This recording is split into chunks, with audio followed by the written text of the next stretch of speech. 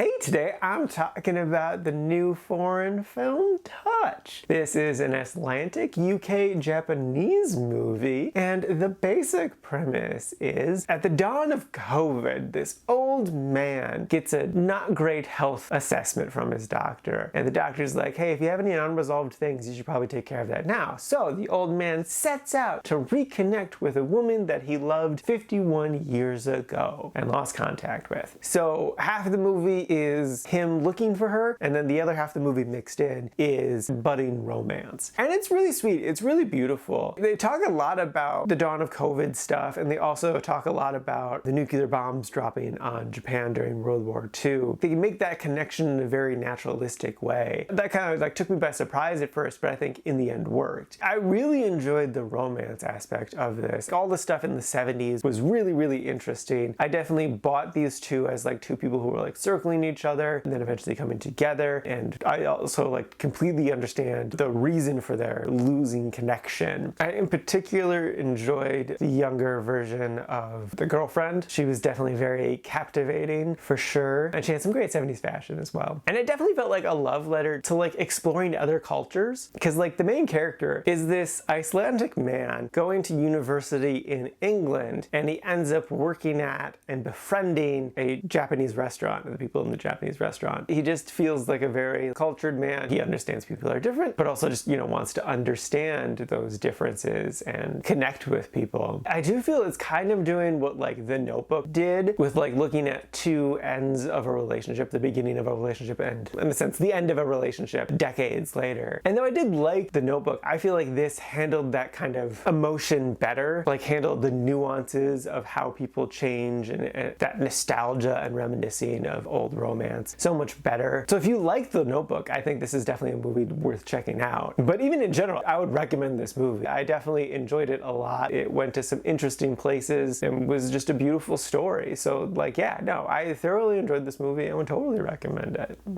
And now for my ranking, I put this at number 14 in the really like section. This is a total of 49 new movies so far this year.